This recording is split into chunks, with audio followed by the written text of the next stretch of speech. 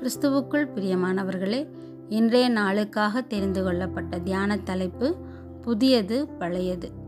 வேத பகுதி பரிசுத்த மத்தேயு எழுதின சுவிசேஷம் அதிகாரம் 9 வசனம் 17.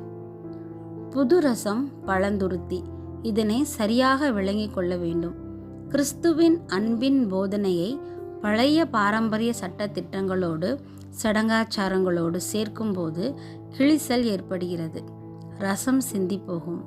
இதனை விளக்குவதற்காக புது ரசம் பழந்துருத்தியை பற்றிய போதனை அதிகாரமுடையவைகளாக மட்டுமல்லாமல் சிந்திக்க தூண்டுவதாகவும் இருக்கிறது.